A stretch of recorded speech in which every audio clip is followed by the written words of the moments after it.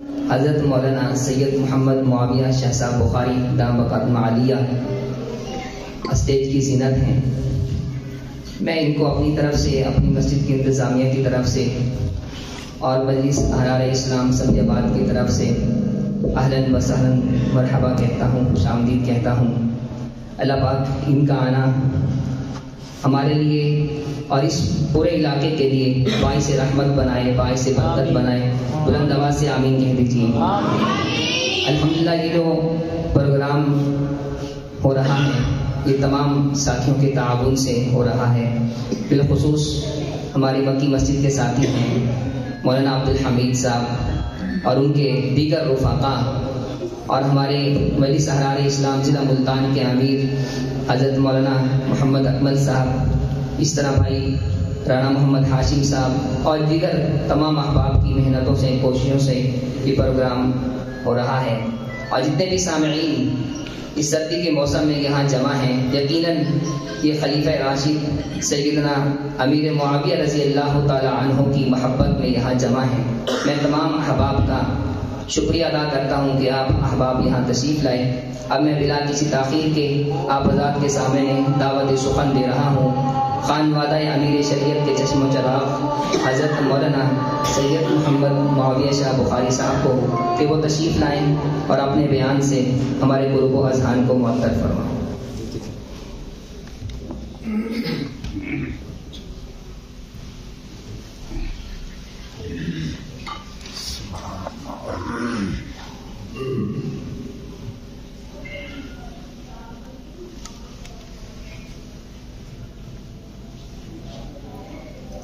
الحمدللہ سبحان اللہ الحمدللہ حمدا کثیرا کما امر ونشهد ان لا الہ الا اللہ وحدہ لا شریک له ونشهد ان سیدنا وسندنا ومولانا وقائدنا الأعظم والنبي الأكرم والرسول الأفخم محمدا عبده ورسوله لا نبي بعده ولا رسول بعده ولا معصوم بعده ولا إمام بعده ولا أمة بعد أمته صلى الله تبارك وتعالى عليه وعلى آله وأصحابه وأزواجه وأولاده وذرياته وأتباعه وبارك وسلم تسليما كثيرا كثيرا. وقال الله تبارك وتعالى في القرآن المجيد أعوذ بالله من الشيطان الرجيم بسم الله الرحمن الرحيم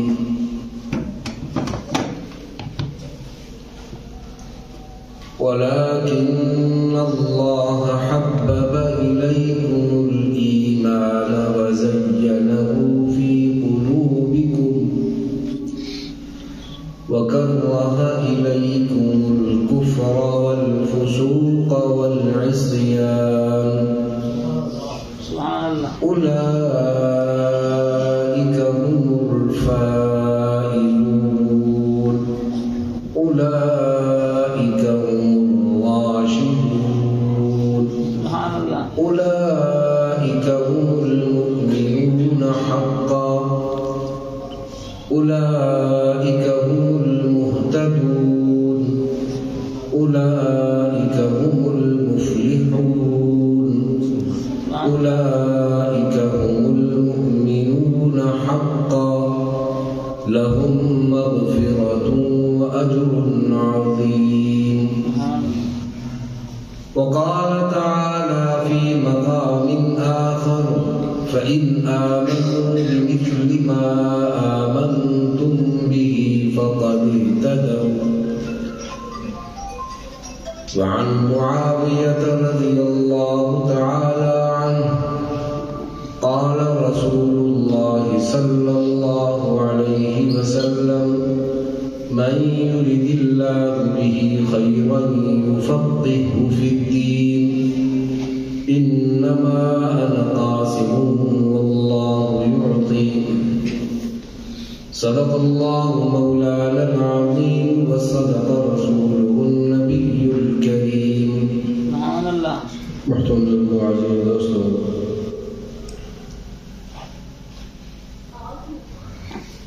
مجھے معلوم نہیں تھا کہ یہ تقریر جو ہے یہ سیدنا معاویہ رضی اللہ تعالی عنہ کے عنوان سے مرتب ہے.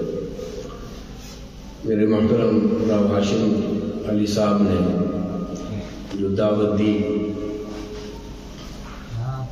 میرا اندازہ یہی تھا کہ دوستوں سے کوئی ملاقات اور کوئی ایسی مجلس ہوگی. عنوانات کے تحت بیان کرنا میرا ذاتی خیال ہے، آپ شاید اتفاق نہ فرمائیں، کہ یہ علماء کا کام ہے، مجھ جیسے طالب علم کا کام نہیں. بالخصوص حضرات صحابہ کرام رضوان اللہ علیہم اجمعین، اور ان میں سے بھی چند چنیدہ نام، اور ان میں بھی سیدنا معاویہ بن ابی سفیان رضی اللہ تعالی عنہ کے ان کی سیرت کے حوالے سے، ان کے درجات کے حوالے سے، ان کی عظمت کے حوالے سے گفتگو کرنا یہ علماء کا کام ہے. میرا خیال ہے میرے جیسے طالب علم اس میں سوائے اس کے کہ اپنی حقیقت کا اظہار کر سکے. میرے والد رحمہ اللہ نے میرا نام محمد معاویہ رکھا، اور اس دور میں رکھا جب یہ نام رکھنا ایسے ہی تھا جیسے کوئی دارالکفر میں یہ کہے کہ اللہ ایک ہے. معاملہ اتنا خطرناک تھا. بہرحال میں تو اپنے والد سے گزارش کیا کرتا تھا کہ آپ نے مجھے قربانی کا بکرا بنایا. بر صغیر کا پہلا محمد معاویہ بننے کا شرف حاصل ہوا، تو میرے باپ نے یہ بہت سوچ سمجھ کر میرا نام رکھا. ان کے پیش نظر حضرات صحابہ کرام رضوان اللہ علیہم اجمعین کی باعظمت و بابرکت اور پرعزیمت زندگیاں تھیں، لیکن جب وہ سیرت و تاریخ کے مطالعے کے لیے بیٹھے تو انہیں اندازہ ہوا کہ تاریخ کے رتب و یابس میں صحابہ کرام ہی نہیں، انبیاء علیہم السلام کے روح روشن پر بھی غلاظت پھینکنے کی کوشش کی گئی. یہ تاریخ کا بدترین مذاق ہے کہ ایسے شخصیات کی طرف گند اچھالا گیا، ایسی شخصیات کی توہین کا ارتکاب کیا گیا جن کے بارے میں حق تعالی شانہ بڑی وضاحت کے ساتھ ارشاد فرما چکے. پورا قرآن مجید یہ کسی بھی قوم کے لیے نازل نہیں ہوا، یہ کسی بھی جماعت کے لیے نازل نہیں ہوا. اس کے سب سے اولین مخاطب حضرات صحابہ کرام رضوان اللہ علیہم اجمعین ہیں. آپ ذرا خود سوچئے کہ ہم یا ایھا الذین آمنوا کہلانے کے لائق ہیں. ذرا اس پر غور کیجیے کہ اللہ نے جن کو فرمایا ہے یا ایھا الذین آمنوا آمنوا آمنوا، یہ ہم ہیں. ہمارا کردار، ہمارے اعمال، ہماری بد نگاہی، ہماری بد سماعت، ہماری بد گوئی، ہماری بد قدمی، یہ ساری چیزیں اگر مجموع کر لیں تو ہم تو شاید مسلمان بھی کہلانے کے لائق نہیں. چہ جائے کہ قرآن کے مخاطب کہلائیں. ایمان والی وہی جماعت تھی پہلی جن پر اللہ کو پیار آیا، اللہ کے رسول کی ان کے حق میں دعائیں ہوئی، اور اللہ کے رسول نے لجاجت کے ساتھ، آنسوؤں کے ساتھ رو رو کر ان کے لیے دعائیں کی. ہمارے لیے نہیں، ہم جیسے بد کرداروں کے لیے تو قرآن مجید میں وعیدیں نازل ہوئی ہیں. ہم اپنا موازنہ اگر یا ایھا الذین آمنوا کی جماعت سے کرتے ہیں تو ہمیں ڈوب مرنا چاہیے کہ ہم کھڑے کہاں ہیں. ہمارے ایمان کی حالت یہ ہے کہ ہم یوم معاویہ نہیں منا سکتے. آپ اندازہ کیجیے، آپ چوک چوراہے میں کھڑے ہو کر صدق صدیق، عدالت فاروق، حیاء عثمان اور قضاء علی کا نعرہ بلند نہیں کر سکتے. ہم تدبر حسن اور سیاست معاویہ کا نعرہ بلند نہیں کر سکتے. کیوں نہیں کر سکتے؟ اس لیے کہ ہم مسلمان ہیں، ایمان والے نہیں. ہمارا نام مسلمان ہے، اللہ نے رکھا ہے، اللہ کو معلوم تھا، ہمیں تبلیغ فرمایا تھا، اسی لیے فرما دیا تھا وَسَمَّاكُمُ الْمُسْلِمِينَ. ہم نے تمہارا نام مسلمان رکھا ہے. اب مسلمانیت سے ایمان تک کا سفر یہ تم صعوبتوں سے گزرو گے تو طے ہوگا، ایسے نہیں ہے.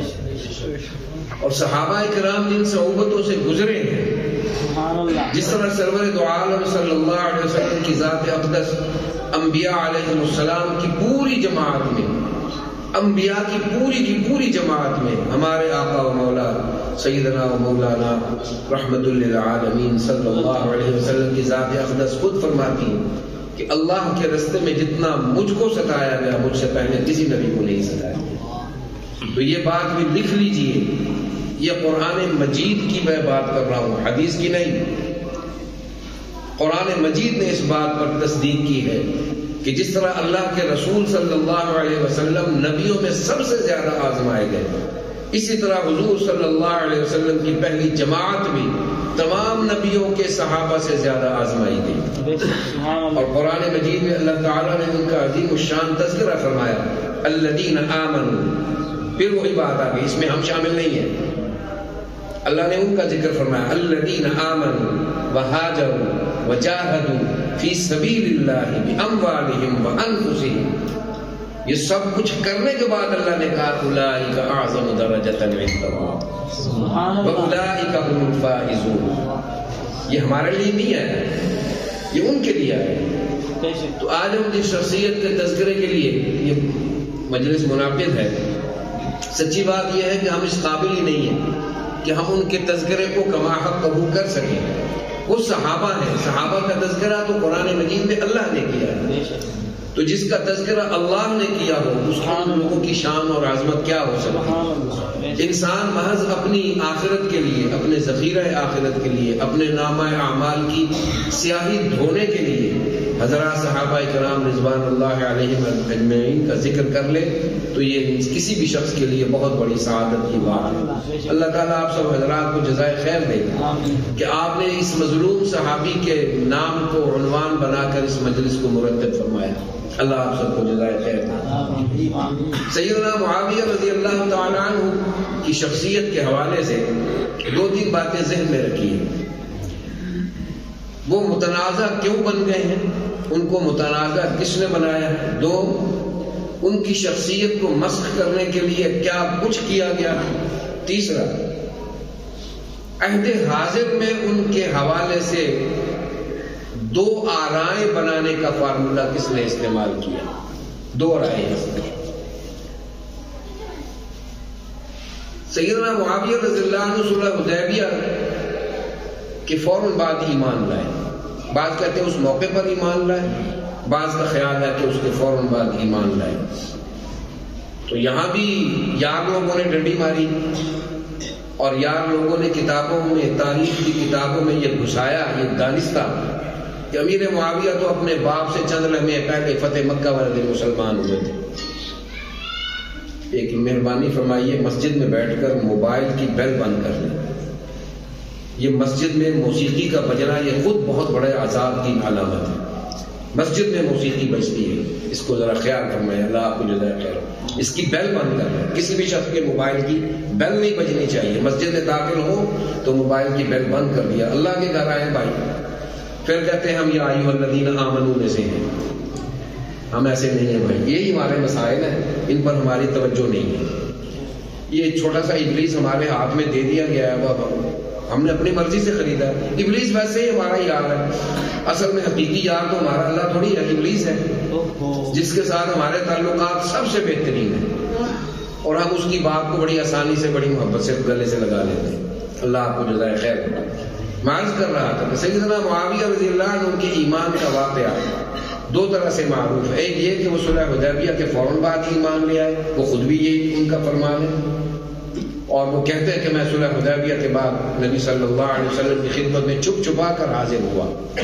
ماحول میرے موافق نہیں تھا, میرے گھر کا ماحول ہی میرے موافق نہیں تھا.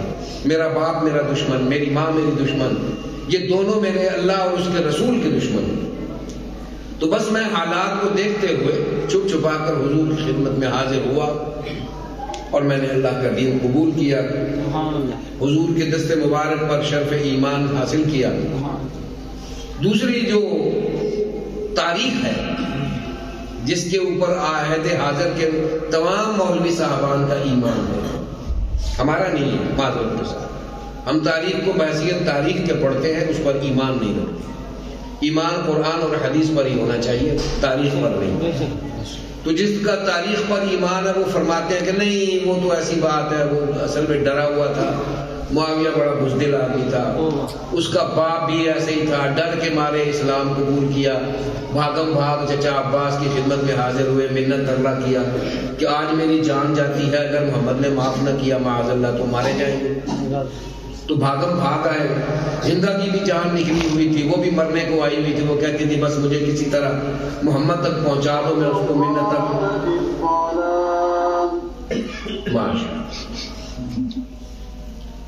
اتر کا جماعت تھی یہ ہوں اپنی کرو.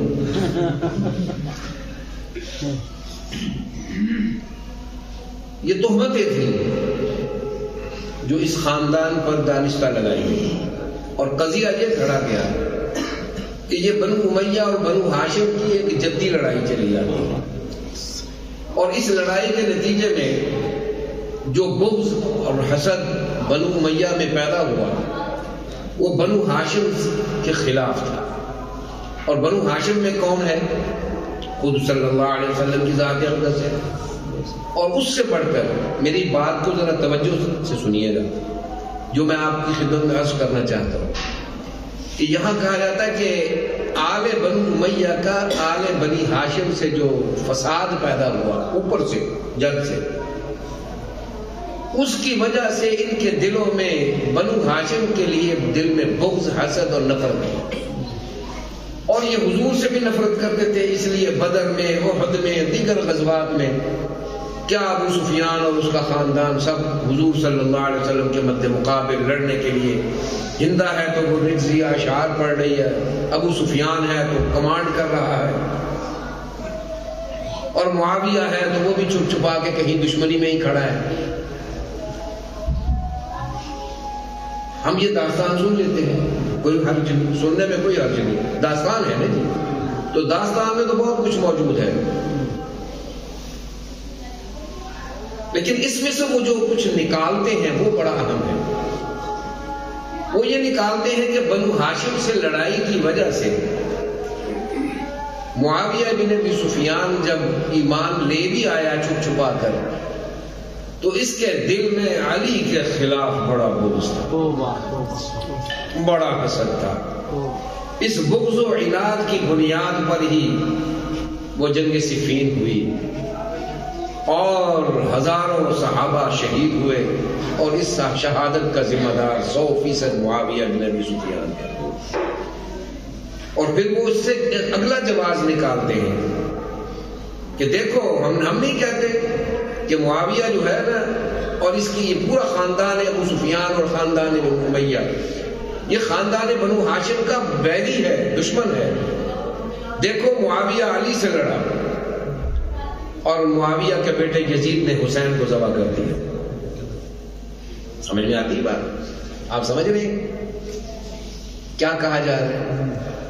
اور آپ یہ سارا سال یہ افواہ سنتے ہیں, سنائی جاتی ہیں, آپ ٹیلی ویژنوں پر بیٹھ کر سنتے ہیں. معذرت کے ساتھ ناراض تو نہیں ہوں گے, آپ کا دیوبند شریف بھی اسی کو بیان کر رہا ہے. ناراض تو نہیں ہو گئے میری بات سن کے؟ کہاں ناراض نہ ہو. میرے پاس کوئی وہ نہ تیل ہے نہ میٹھا ہے, میں تو کھردرا سا آدمی ہوں, اور میری بات سن کر اگر ہضم ہو جائے تو مہربانی, نہ کرے تو آئندہ مت بلائیے گا, میں ویسے بھی کم ہی جاتا ہوں کہیں. آپ وہ ایسے ہی ہوتے ہیں ماشاء اللہ. اگر معاویہ علی سے لڑے، اتنی لڑائی بتا کر بات ختم کر دینا تو پھر مناسب نہیں نا، پھر تو کھیل آگے چلے گا. ہم پوچھیں گے. ایک قضیہ بیان کیا جاتا ہے کہ غزوہ خندق کے موقع پر رسالت پناہ صلی اللہ علیہ وسلم نے حضرت عمار ابن یاسر رضی اللہ عنہ کو فرمایا تھا، عمار تجھے ایک فیہ باغیہ قتل کرے گا. یہ کب کی بات ہے؟ غزوہ خندق، نبی صلی اللہ علیہ وسلم کا عہد مبارک ہے. آپ دنیا سے تشریف لے گئے، غزوہ خندق ہو گیا، اور بھی کئی غزوات اس کے بعد ہو گئے، فتوحات ہو گئی، سمجھ آئی نہیں؟ اور نبی صلی اللہ علیہ وسلم کا وصال ہو گیا، آپ دنیا سے تشریف لے گئے، لیکن فیہ باغیہ پیدا نہیں ہوا. توجہ رکھیے، فیہ باغیہ پیدا نہیں ہوا. ابو بکر کا دور آ گیا، فیہ باغیہ موجود نہیں. عمر ابن الخطاب کا دور آ گیا، فیہ باغیہ موجود نہیں. اچانک جس دن خاندان بنو امیہ کا ایک چشم و چراغ عثمان ابن عفان مسند خلافت پر بیٹھتا ہے اور نبی کی عین پیش گوئی کے مطابق بیٹھتا ہے. ایک اور بات عرض کروں، پھر تسی ناراض ہو جاتے ہو کہ شاہ بڑے کوڑے میں. آپ حضرات سے درخواست ہے، مجھے کوئی ایسی حدیث، کوئی ایسا فرمان نکال کے لا دیں. تمام علماء کو چیلنج ہے. طالب علم اس پوزیشن میں تو نہیں ہوں کہ عالمانہ مقابلہ کرو، طالب علمانہ قسم کہ نبی صلی اللہ علیہ وسلم کی خلافت راشدہ جس کو کہا جاتا ہے، اس کی پیش گوئی صرف 3 ہے، چوتھی پیش گوئی کوئی نہیں. چوتھی پیش گوئی لا کے دکھا دیں. ابو بکر کو کہا مرو ابا بکر، ابو بکر کو کہو آئے صلی بالناس، لوگوں کو نماز پڑھائے، میری مصلی کا امام یہ ہے. اس سے علی نے بھی یہی جانا، سب نے یہی جانا کہ محمد صلی اللہ علیہ وسلم کی منشا کیا. پھر عمر بن الخطاب کے بارے میں فرمایا کہ یہ عجیب آدمی ہے، رأیًا عبقریًا یفکری فریہ. میں نے خواب میں دیکھا ہے ایک عبقری کو جو معاملوں کو گھڑ دیتا ہے. لو کان بعد نبی لکان عمر، اگر کوئی میرے بعد نبی ہونا ہوتا تو عمر بن الخطاب ہوتا. اور خود سیدنا علی رضی اللہ عنہ کی گواہی ہے کہ میں نے رسول اللہ صلی اللہ علیہ وسلم سے بارہا سنا، حضور جب بھی کوئی بات ارشاد فرماتے تو فرماتے کہ میں ابو بکر اور عمر ہم وہاں گئے، میں ابو بکر عمر یہاں آئے، میں ابو بکر عمر وہاں پہنچے، میں ابو بکر عمر ہم نے یہ کہا، ہم نے یہ سوچا، ہم نے یہ فیصلہ کیا. بلکہ مجھے اسی دن یقین ہو گیا تھا کہ یہ ترتیب یوں ہی ہے، ابو بکر ہے عمر ہے، ابو بکر ہے عمر. تیسری پیش گوئی جو ہے وہ نبی صلی اللہ علیہ وسلم نے خاندان بنو امیہ کے اس عظیم الشان شخصیت کو سامنے بٹھا کر فرمائی، یا عثمان، ایسے ایسے، یا عثمان ان اللہ یقمصک قمیصا، اے عثمان اللہ تجھے خلافت کی قمیض پہنائے. اب مجھے کوئی وہ حدیث یا وہ پیراگراف نکال کے دکھائے جہاں حضور نے فرمایا ہو کہ یا علی ان اللہ یقمصک قمیصا، وہ نکال کے مجھے دکھا. یہ تو نہیں فرمایا ہے، تو لا دیجیے. اب اس میں کہے گئے دیکھیں جی معاویہ، نام معاویہ ہے، باپ کا نام ابو معاویہ ہے، اور یہ یزیدی ہیں، ناصبی ہیں، اور دیکھیں علی کی توہین کر دی. خدا کی کروڑوں لعنتیں ہوں علی مرتضیٰ کے دشمنوں پر اور ان کی توہین کرنے والوں پر. اللہ اس کے فرشتوں کی، اس کے رسولوں کی، اس کے تمام نیک بندوں کی لعنت ہو اس شخص پر جو امیر المومنین سیدنا و مولانا علی المرتضیٰ صلوات اللہ وسلام اللہ و رضوان علیہ کی شان میں گستاخی کا تصور بھی کرے. یہ گستاخی نہیں ہے، یہ امر حقیقت ہے کہ اللہ نے آسمانوں پر ترتیب ہی یہ رکھی تھی کہ ابو بکر ہوں گے، عمر ہوں گے، عثمان ہوں گے، علی ہوں گے. اچھا جی، پھر حسن مجتبیٰ کے بارے میں بھی پیش گوئی ہے حضور صلی اللہ علیہ وسلم،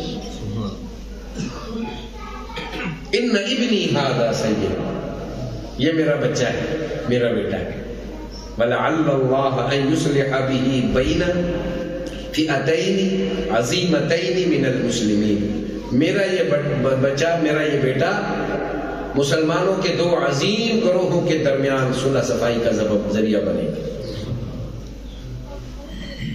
تو یہ صلح صفائی کا جوہر اور صلح صفائی کی جگہ یہ کیسے منتخب ہو؟ ایک عام آدمی تو کسی جا کے صلح صفائی نہیں کرا سکتا جب تک کہ وہ کسی منصب پر، کسی حیثیت پر نہ ہو، وہ اس پوزیشن میں نہ ہو کہ اس کے پاس عمارت بھی ہو، قوت بھی ہو، اور وہ بات کرنے کا اہل بھی ہو، اور اللہ تعالیٰ کی اتنے جس کو کہنا چاہیے تائید اللہ کے تعالیٰ کی اس کے پیچھے کھڑی ہو۔ نبی صلی اللہ علیہ وسلم کے فرمان کا مطلب ہے اللہ کی تائید اس کے پیچھے ہے۔ تو سیدنا حسن رضی اللہ تعالیٰ عنہ خلیفہ بنے، ہمارا ایمان ہے کہ وہ ان کی خلافت راشدہ ہے، تسلسل ہے خلافت راشدہ کا، سمجھ لیں آپ۔ اب حسن مجتبیٰ رضی اللہ تعالی عنہ نے سیدنا معاویہ رضی اللہ عنہ کے ہاتھ پر بیعت کی اور امت کو یکجا کر دیا کہ جو یہ حامیان علی المرتضیٰ تھے اور جو حامیان معاویہ بن ابی سفیان تھے، ان کے درمیان جو کوئی دراڑ پڑ گئی تھی کسی وجہ سے، کن کی وجہ سے؟ خوارج کی وجہ سے، ابلیسیوں سوائیوں کی وجہ سے، فتنہ گروں کی وجہ سے، اس دراڑ کو میل دیا۔ کیوں کہ وہ خود امیر المومنین تھے، اس وقت خلیفۃ المسلمین تھے سیدنا حسن مجتبیٰ، یعنی ایک پوزیشن میں تھے تو دونوں گروہ مل گئے۔ ان یصلح به بین فئتین عظیمتین، عظیمتین اس لیے کہ سیدنا حسن رضی اللہ عنہ کے بعد بعض لوگوں نے کہا 60 سے 70 ہزار کا لشکر تھا، اتنی فوج امیر معاویہ کے پاس نہیں تھی، یہ ذہن میں رکھیے۔ جب حسن مجتبیٰ نے سیدنا معاویہ رضی اللہ عنہ کے ہاتھ پر بیعت کی تو سیدنا حسن رضی اللہ عنہ بہت تگڑے تھے فوجی اعتبار سے۔ اور ایک اور بات عرض کر دوں، مخالفین سیدنا معاویہ بھی حضرت حسن کے ساتھ کھڑے تھے اس وقت، جو حضرت علی کے ساتھ ان کو وراثت میں ملے تھے، سب لوگ حضرت حسن کے ساتھ تھے، لیکن ان کی ذاتی وجاہت، ان کی ذاتی شخصیت اور پھر اللہ اور اس کے رسول کی تائیدات ان کی معاون ہوئی اور انہوں نے سیدنا معاویہ کے ہاتھ پہ بیعت کر دی۔ اب آ جائیں آپ اپنے اہل علم علماء محققین پاکستان اور محققین ہندوستان کی طرف، وہ فرماتے ہیں، پتہ نہیں مجھے یہ جملے مناسب ہیں کہ نہیں، معاویہ نے سازش کے ذریعے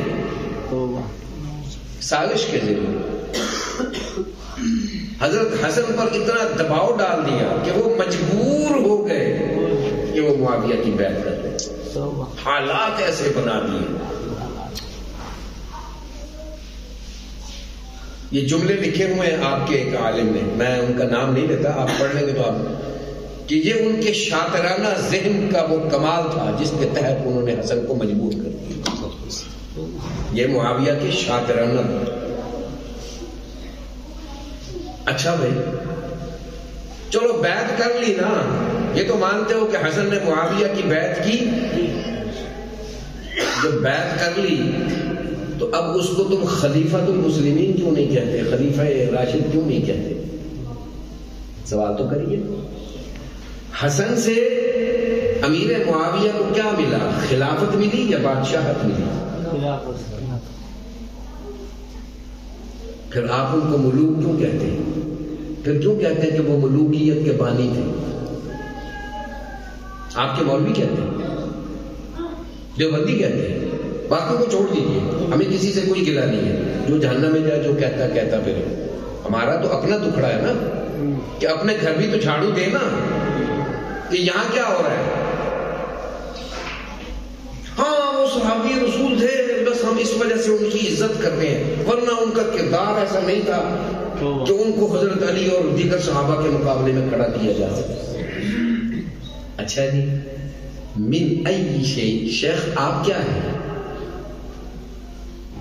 جو یہ کتاب میں لکھ رہا ہے ان سے پوچھا کہ حضرت آپ کون ہیں؟ آپ کون ہیں؟ آپ تیسری چوتھی پشت میں لالا نتھو رام کی اولاد میں،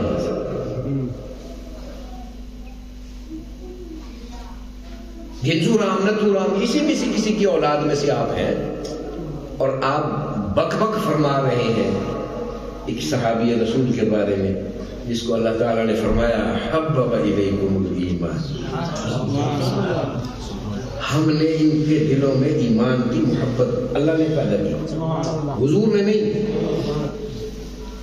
اللہ نے اپنے ذمے لے لیا کہ صحابہ جو ہے نا یہ میرے ذمے ہیں، یہ میرے ذمے ہے، ولیکن اللہ حبب الیکم، اور لیکن اللہ نے ان کے دلوں میں ایمان کی محبت ڈالی، وزینہ فی قلوبکم، اور ان کے دلوں کو اس سے مزین کر دیا، سجا دیا، سبحان اللہ، وکرہ الیکم، یہ تین چیزیں نوٹ فرما لیجیے، وکرہ الیکم الکفر والفسوق والعصیان، کفر سے، فسق سے اور گناہ سے، صریح گناہ سے ہم نے ان کے دل میں نفرت ڈالی، نفرت، اللہ فرما رہے، حضور نہیں فرما رہے، وَكَرَّهَ إِلَيْكُمُ الْكُفْرَ وَالْفُسُوقَ وَالْعِصْيَانَ، پھر فرمایا اسی لیے تو اللہ فرماتے ہیں، ہم کہتے ہیں اولئک هم الراشدون، یہ ہے وہ، اسی لیے جو ہے نا رشد والے، ہدایت والے یہ ہے۔ اب مولوی صاحب کو کہاں رکھیں جنہوں نے آج سے صرف جن کے دادے پر دادے نے 30-35 سال 50 سال 100 سال 70-80 سال 150 سال پہلے اسلام قبول کیا، نہیں وہ مسلمان تو تھے، صحابی تو تھے، بس ٹھیک ہے وہ ڈر مارے مسلمان ہو گئے تھے، لیکن ان کے دل میں بغض، حسد، نفرت خاندان بنی ہاشم کی نہیں گئی۔ وہ بھائی اللہ کہتا ہے وہ ایسے نہیں تھے، اب اللہ کی جگہ آپ کھڑے ہو گئے، آپ اللہ میاں ہو گئے۔ اولئک الذین امتحن اللہ قلوبہم للتقوی، اللہ نے ان کے دلوں کا، حضور نہیں فرما رہے کیونکہ اللہ نے صحابہ کو اپنے ذمہ لے لیا تو فرمایا اولئک الذین امتحن اللہ، ایک نہیں، 2 صحابی نہیں، 3 نہیں، 5، مجموع جمیع الصحابہ، جماعت الصحابہ، امتحان اللہ نے امتحان لے لیا، قلوبہم للتقوی، ان کے دلوں میں سوائے اللہ کے ڈر کے اور کچھ نہیں، اور یہ کہتے ہیں نہیں، اس کے دل میں نفرت تھی، بغض تھا، حسد تھا آل رسول کے خلاف۔ کس کو سچا مانے، اللہ جھوٹا ہے یا آپ کا مورخ مولوی سچا ہے؟ دو ہی باتیں ہیں نا کہ یا مولوی صاحب سچے ہیں یا اللہ سچا ہے، کیونکہ کسی مولوی صاحب نے کسی صحابی کو صحابی نہیں بنایا، اللہ نے چن چن کر، مجھے یاد آتا ہے ایک جگہ پڑھا تھا کہ حضرت خالد بن ولید رضی اللہ عنہ جس دن ایمان لائے تو اس دن حضور علیہ الصلوۃ والسلام نے فرمایا کہ آج مکے کے جگر کے ٹکڑے اللہ نے میری جھولی میں ڈالے،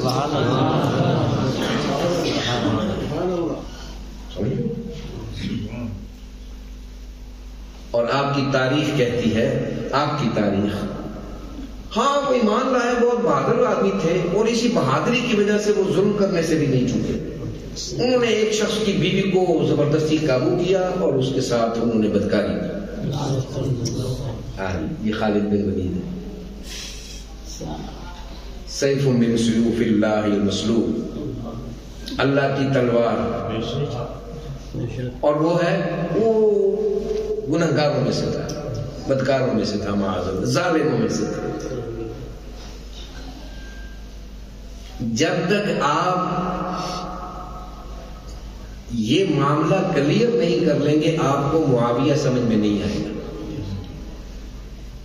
کلہم اصحاب، انتخاب الہی ہے، انتخاب رسول نہیں ہے۔ کوئی شخص توفیق الہی کے بغیر ایمان نہیں لا سکتا۔ مسجد میں نہیں آ سکتا. حضور کے عہد کو چھوڑیے، آج کلمہ پڑا ہوا ہے، باپ کا نام ابو بکر، بیٹے کا نام عمر، عثمان، علی، حسن، سارے نام حسین بھی، مسجد میں نہیں آ رہا. توفیق نہیں، توفیق نہیں ہے. جمعہ کا دن ہے، دکانیں کھلی ہیں، بیٹھے دکانیں کھول کے، نام مسلمان، پکے مسلمان ہیں. 1000 تنقید فرمائیں گے داڑھی والوں پر، مسجد میں نہیں آئیں گے. تو یہ کس کے؟ توفیق الہی سے. اسی لیے رسول اللہ صلی اللہ علیہ وسلم نے فرمایا، بار بار اللہ سے بھلائی کی توفیق مانگا. توفیق، اللہ مجھے ہدایت عطا فرما، مجھے نیکی کی توفیق عطا فرما. صحابہ کو یہ توفیق من جانب اللہ عطا ہوئی، من جانب اللہ عطا ہوئی. معاویہ تک تو حضور کا پیغام دور دراز سے کہیں پہنچا تھا. حضور نے براہ راست تو مکالمہ ہی کوئی نہیں کیا معاویہ سے. ابو سفیان سے بھی مکالمہ حالت کفر میں تو ہوا، حالت کفر میں مکالمہ ہوا. سامنے میدان میں کھڑا ہے، وہ نعرے لگوا رہا ہے، ہندا ایمان نے وہ رجزیہ اشعار پڑھ رہی ہیں. احد میں دیکھ لیجیے،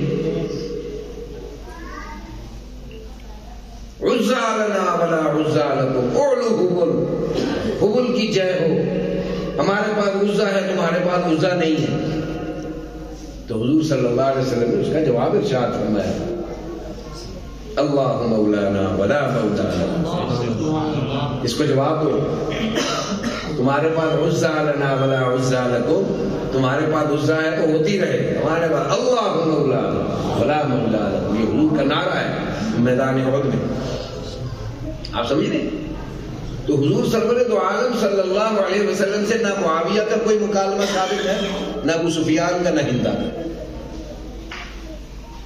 پہلی ملاقات حصول ایمان کے لیے، حصول ایمان کے لیے سیدنا معاویہ کی صلح حدیبیہ کے بعد ہوتی ہے. وہ بھی چوری چھپے جا کر حضور سے ملتے ہیں، یا رسول اللہ میں ڈرتا ہوں، ماحول میرا مخالف ہے، میرا ایمان قبول فرمائیے، میں آپ کے آپ پر ایمان.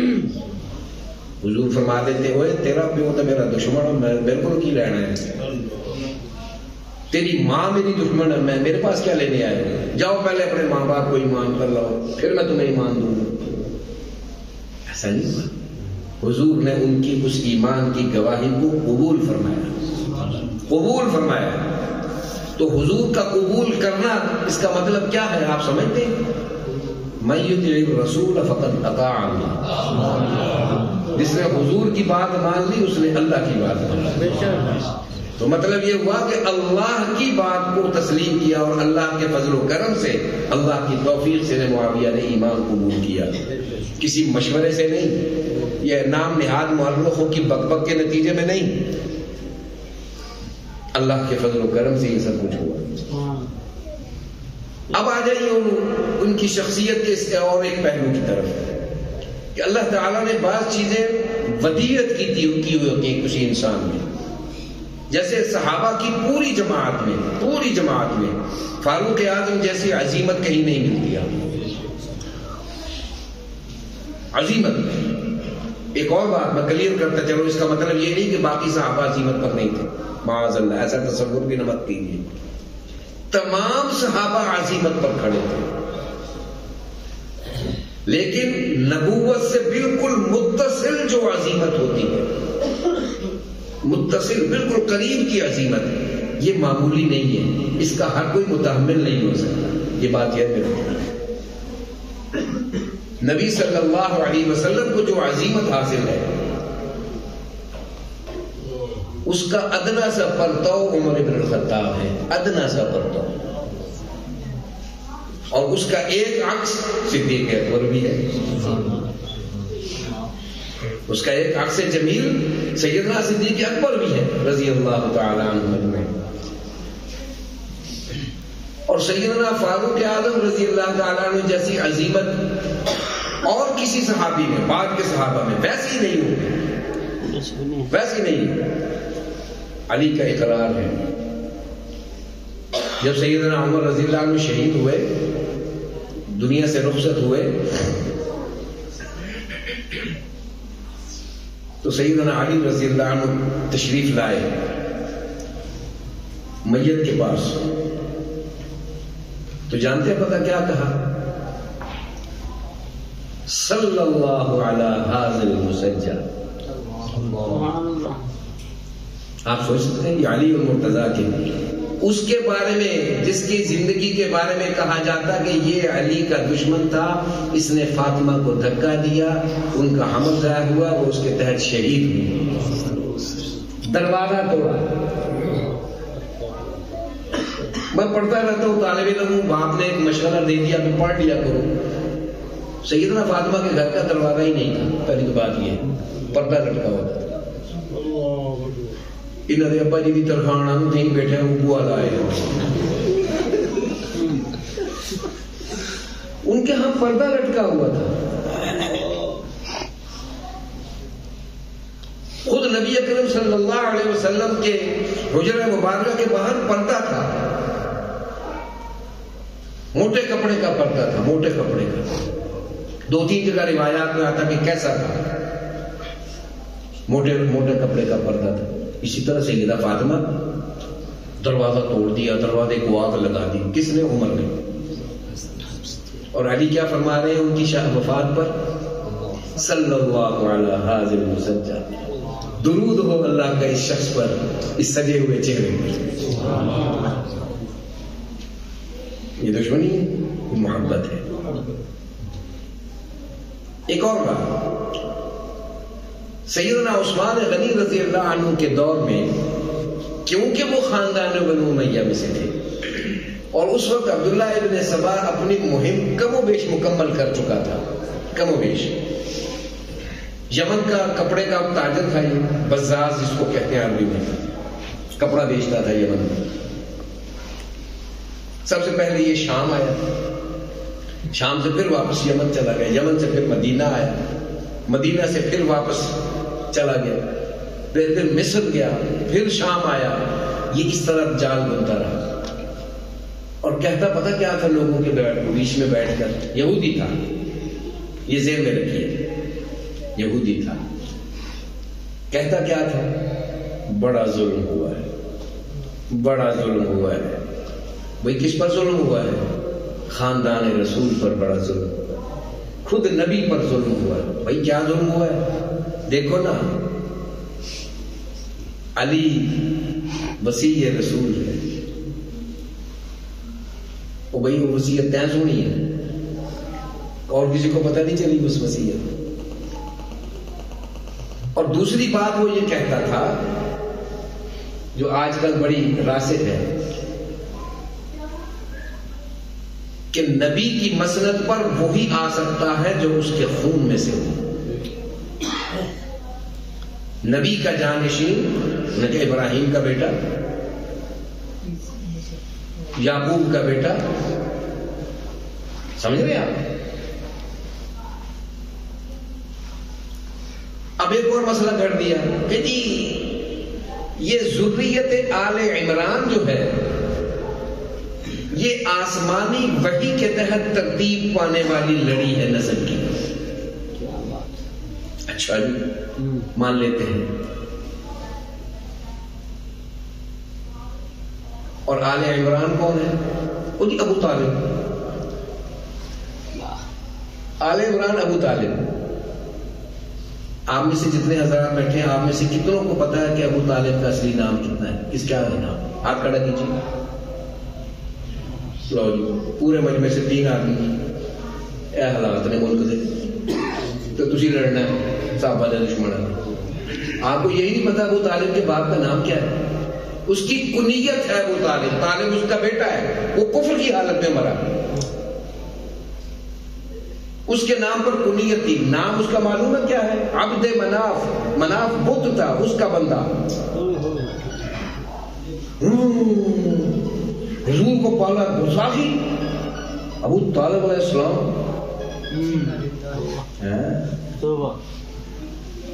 بعد میں سمجھ میں آئے گی، بہت دیر لگتی ہے اس کھیل کو سمجھنے میں. میں ایک جگہ پڑھ رہا تھا، ایک حضرت بیان فرما رہے تھے اور اتفاق سے اس وقت کتاب کا مطالعہ تھا تو وہ اللہ کی شان کے وہ مضمون اور اس کی گفتگو آپس میں مل گئے. وہ فرما رہے تھے کہ جو مولوی یا جو علماء حضرات یہ کہتے ہیں کہ ابراہیم کا باپ آزر تھا، وہ غلط کہتے ہیں، وہ تو چچا تھا. اور قرآن مجید میں یہ جو کہا ہے وَإِذْ قَالَ إِبْرَاهِيمُ لِأَبِيهِ، تو عربی میں ابی ہی چچا کو بھی کہا جاتا ہے. کیسی فنکاری ہے. آپ اس کا مطلب سمجھیں؟ چلیے بتائیے کون لوگ سمجھیں اس کو؟ ہاتھ کھڑا کر دو. اس بات سے کیا مراد لیے جا رہے؟ نہیں سمجھے. بس فنکاروں کی فنکاری سمجھنے کے لیے تھوڑی سی ادرک ریزی چاہیے ہوتی ہے، رگڑائی ہونی ضروری ہے. اگر ابراہیم کے باپ کو مسلمان ثابت کر دیا جائے تو علی کا باپ مسلمان ہے. سمجھے آئی بات؟ پھر وہ آل عمران کی لڑی کا تسلسل قائم ہو جاتا ہے. ہاں جی. وَإِذْ قَالَ إِبْرَاهِيمُ لِأَبِيهِ آذَرَ، نہیں، یہ تو چاچا تھا، سگا باپ نہیں تھا. اللہ کو نہیں پتا چلا. اس عہدے کے مورخ بدماش مورخ کو پتا چلا، مولوی کو پتا چلا. اللہ کو نہیں پتا چلا کہ ابھی ہی میں نے کس کو کہا ہے، ابراہیم کے باپ کو کہا ہے یا چاچے کو کہا ہے. اللہ کو نہیں پتا چلا. آئے کیا مہارت ہے ہمارے مورخوں اور مولخوں کی. یہی کام. اچھا اب ابو طالب کا نام اتنا مشہور کر دیا، آپ کسی سے بات کر کے دیکھ لیں، آپ کی جان کو آ جائے گا. تماشا دیکھیے. ہاں جی، یہ آپ ہم جیسوں کو پھنسا دیتے ہیں کہ جی بیان کریں، ہم تو کر دیتے ہیں. مقدمے تو ہم پر بنتے ہیں، آپ تو گھر میں آرام سے بیٹھے ہو. وہ بڑی زبردست تقریر تھی، بہت اچھی تقریر تھی. تو مولانا کتنے اٹھانے سی ٹی ڈی لے گئی، پٹھے ٹنگیا ہے. 5 دن ہو گئے. مولوی صاحب کہتے ہیں جناب آئندہ میں جناب ناتا پڑھیا کروں گا نا، تقریر ہاں آپ نے ہمیں یہی اس کام کے لیے رکھا ہو. ہم بات کہہ دیتے ہیں، ہم تو بات کہہ دیتے ہیں، انشاءاللہ جب تک زندگی ہے کہیں گے. لیکن اصل مسئلہ یہ ہے اس باتوں کو آپ پوچھتے نہیں ہیں. پبلک آپ ہے نا. مولوی کا گریبان کس نے پکڑنا ہے؟ میں نے پکڑنا ہے، آپ نے پکڑنا ہے. جو جس کی جیب میں 20-20 ہزار روپے ڈال کر آپ تقریروں کے لیے اس کو کرایہ دے کر لاتے ہیں، اس کو کہتے ہیں نا بتا نا، سچ بولنا. سچ کیوں نہیں بولتا؟ یہ کیوں نہیں بولتا کہ عمار ابن یاسر کی حدیث عمار ابن یاسر جو ہے اس کا مصداق امیر معاویہ نہیں ہے، سوائی ڈولا ہے. کیوں کہ چکر بازی پہ کرتا ہے.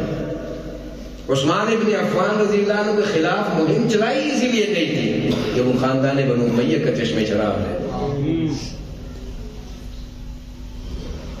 اس کو قتل کرنے والے ایک شخص کے بارے میں کہا جاتا کہ وہ صحابی تھا. نہیں، صحابی نہیں تھا،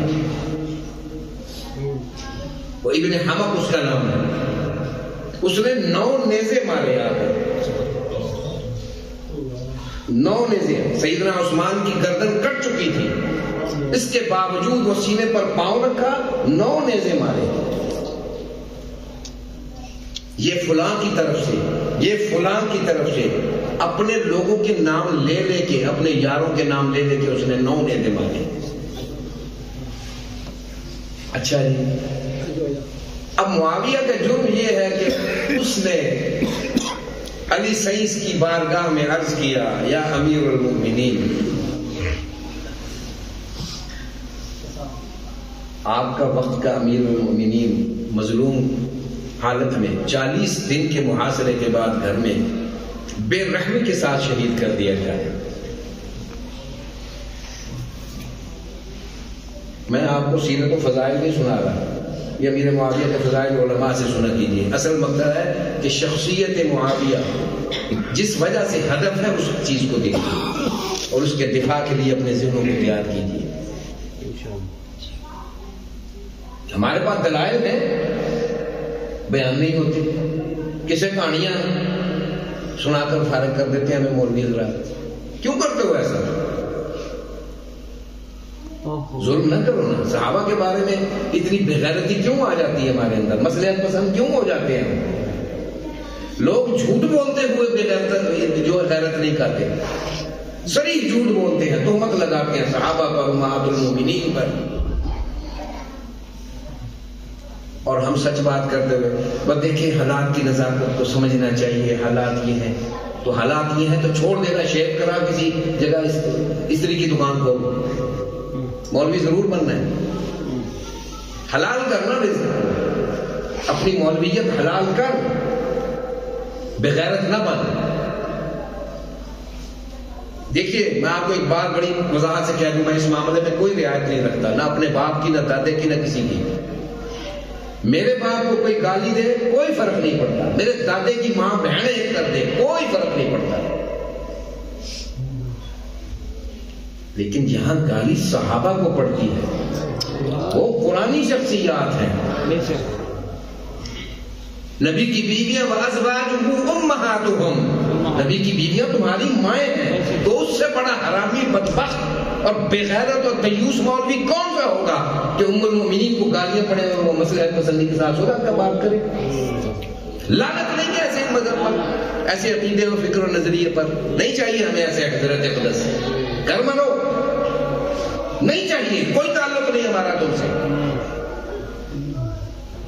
بحمد اللہ الکریم، میں یہ فخر نہیں، استغفر اللہ، فخر کس بات کا، ہمیں تو کوئی فخر کی حیثیت ہی نہیں، شکر کرتے ہیں اللہ نے اس گھر میں پیدا کیا جنہوں نے صحابہ کے دروازے کی چوکیداری کی۔ ہاں میں اپنے باپ کو میں اپنے باپ کو صحابہ کے دروازے کا کتا سمجھتا ہوں، وہ سگے صحابہ بن کے جیا، جو صحابہ کے خلاف بولا اس نے اس کو کاٹ کھایا۔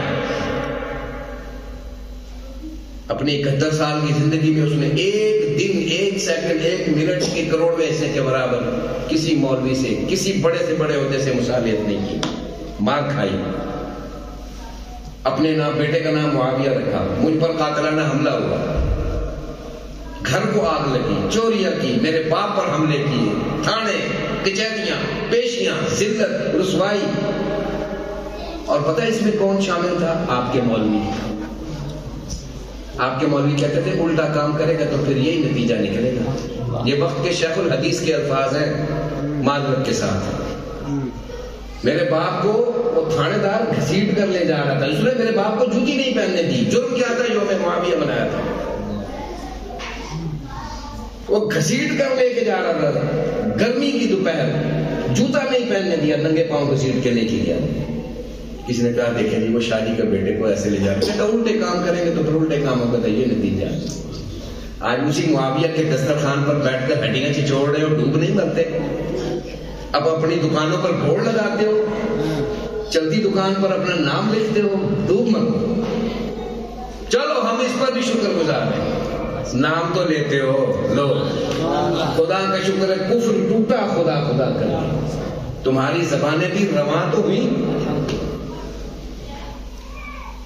میرے باپ نے ماں بہن کی گالیاں سنی، اس کی ماں میری دادی رابعہ وقت تھی، جس کی زندگی 9 سال کی عمر سے لے کر 81-84 سال کی عمر تک اس عورت کی تہجد قضا نہیں ہوئی۔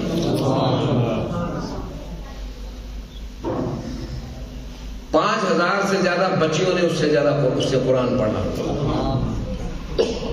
جس نے اپنے بچوں کو خود قرآن پڑھایا، تعلیم دی، دین کی غیرت دی، اپنے شوہر کی زندگی میں وہ صعوبتیں برداشت کی کہ انسان سن کر لرز جاتا ہے، ایک عورت ہو کر اولاد بھی پالی، شوہر تو 4 سال کی جیل کی زندگی میں گزار رہا تھا، 5 سال کی جیل، 3 سال کی جیل، آدھی اولاد عطا اللہ شاہ بخاری جیلوں میں تھا، آدھی اولاد گھروں میں مر گئی پیچھے، باپ کو پتہ ہی نہیں۔ ہمیں کوئی پٹی نہ پڑھائے، ہم پٹی نہیں پڑھ سکتے الحمدللہ، ہاں لیکن یہ شکر گزار ضرور ہے، اللہ کا شکر ہے، اللہ کا احسان ہے، اللہ کا فضل و کرم ہے، اس کے فضل و کرم کے بغیر کوئی کچھ نہیں ہے۔ کروڑوں عطا اللہ مارے پھرتے، کروڑوں ابو ذر بخاری، وہ اللہ کے دین کے لیے تو اللہ کے نبیوں نے قربانی دی ہے بھائی، اللہ نے اپنے نبیوں کو رگڑا ہے، جیسے کھرڑ میں سرما رگڑتے ہیں نا، اللہ نے اپنے نبیوں کو ایسے رگڑا ہے، میرے دین کی آبیاری کر۔ والذی ارسل رسولہ بالہدی ودین الحق لیظہرہ علی الدین کلہ مشركون. وہ اللہ ہے جس نے اپنے رسول کو بھیجا ہے. ارسل رسولہ بالہدی، قرآن کی ہدایت کے ساتھ، ودین الحق، سچا دین دے کر، لیظہرہ علی الدین کلہ، تاکہ تمام ادیان پر اللہ کے سچے دین کو غالب کر. سبحان اللہ. میرے نبی صلی اللہ علیہ وسلم نے خود اس کا علم بلند فرمایا، اور پھر لوگ آتے گئے، کارواں بنتا گیا. ایک نورانی جماعت، ایک قافلہ تیار ہوا جو اللہ کے لیے گردیں کٹانے کے لیے مشورے نہیں کرتا تھا، سبقت کرتا تھا. سبقت. سبقونا بالایمان. اور اللہ نے ان کی فضیلت میں نے عرض کیا، آیت کریمہ میں نے تلاوت کی. الذین آمنوا وہاجروا وجاہدوا فی سبیل اللہ بأموالهم وأنفسهم أولئك أعظم درجة عند الله وأولئك هم الفائزون.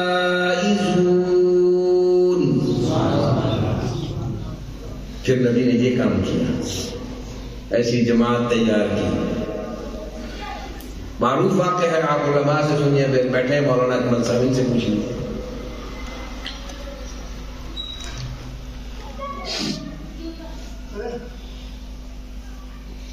کتنے صحابہ ہیں جو شہادت شوق میں، عبداللہ ابن رواحہ رضی اللہ تعالی عنہ، کون سا موقع ہے؟ کون سا غزوہ ہے؟ حدیبیہ نہیں، غزوہ موتا. نبی صلی اللہ علیہ وسلم نے پہلے پیش گوئی فرما دی، جعفر شہید ہوگا، اسامہ شہید ہوگا، پھر عبداللہ ابن رواحہ شہید ہوگا. اگر آپ کو مجھے آپ کو نہیں، اللہ آپ کو صحت و عافیت سے رکھے، مجھے کوئی آ کے کہہ دے باہر نکل سے دیکھو گولی مار لے سکتے، موبائل کا پچھڑا رستہ ہے. ہاں میں ایمانداری سے بات، سچی بات کر رہا ہوں. میں کہوں وہ محفوظ راستہ نہیں ہے، کدھر سے نکل سکتے ہیں. اور حضور فرما رہے ہیں عبداللہ ابن رواحہ علم اٹھائے گا، پھر یہ شہید ہوگا. اور وہ اپنے اونٹ پر بیٹھے ہیں اور جا رہے ہیں، اپنے اونٹ کو ایسے ایسے کر رہے ہیں. اے میرے نفس، آج تیرے نبی نے فرما دیا ہے کہ تو آج اللہ کی راہ میں ذبح ہوگا. اب خوشی سے چل کے ذبح ہو جائے یا غم سے ہو، بہتر یہ ہے کہ خوشی سے ہو تاکہ تیرا رب راضی رہے. نعرہ تکبیر، یہ جماعت زندہ، شان صحابہ، نعرہ تکبیر. یہ وہ لوگ تیار کیے میرے رسول نے. یہ رسول تھے عظیمت والے. معاویہ بن ابی سفیان کا بھی یہی مسئلہ تھا، یہی مسئلہ تھا. ان کا حضرت علی سے کوئی ذاتی اختلاف نہیں تھا، معاذ اللہ. وہ تو خود علی نے فرمایا. کسی نے کہا امیر المومنین یہ جو قتل ہوئے ہیں امیر معاویہ کے گروہ کے اور آپ کے گروہ کے، یہ کدھر ہے؟ یہ جنتی کون؟ ان میں سے جنتی کون سے ہیں، جہنمی کون سے؟ تو میں قتلانا وقتلاہم فی الجنہ، علی کا قول ہے. جو ان کے شہید ہوئے، جو ہمارے وہ سب جنت. ایک غلط فہمی ہو گئی، فرمایا ایک غلط فہمی ہو گئی. ان کا خیال تھا کہ ہم صحیح رستے پر ہیں، ہمارا خیال تھا کہ ہم صحیح ہیں. اس بات پر ہماری بات بڑھ گئی. اور ایک جملہ جو میرے والد رحمہ اللہ فرمایا کرتے تھے کہ علامہ، یہ دو بھائی تھے، مولانا عبد العلی جون پوری اور مولانا عبد الاول جون پوری، ہندوستان کے یہ دو بڑے بزرگ عالم، جن کی کتابیں اب نایاب ہیں، ملتی نہیں ہیں. فرماتے ہیں کہ ان میں سے ایک بزرگ مولانا عبد الاول جون پوری رحمۃ اللہ علیہ نے اپنی کتاب میں مدح صحابہ، بالخصوص مدح معاویہ رضی اللہ عنہ میں لکھا کہ حضرت علی رضی اللہ تعالیٰ عنہ نے فرمایا معاویہ تو میرا بھائی ہے، میرا اس سے کوئی اختلاف نہیں. ہاں وہ جو بات کہہ رہا تھا وہ میرے لیے فوری طور پر پوری کرنا ممکن نہیں تھا. لیکن اگلے جملہ جس پر میں آپ کو لانا ہے، کچھ لوگوں نے اس میں فتنہ برپا کیا. یہ علی کے لفظ ہے. کچھ لوگوں نے ہمارے معاملے میں فتنہ برپا کیا. حضرت معاویہ نے کب کہا تھا کہ میں آپ کو خلیفہ راشد نہیں مانتا؟ کوئی ایک جملہ.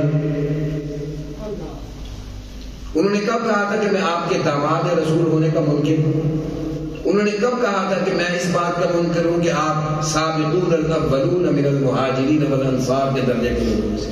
آپ سابقون الاولون، میں تو اس میں سے ہوں.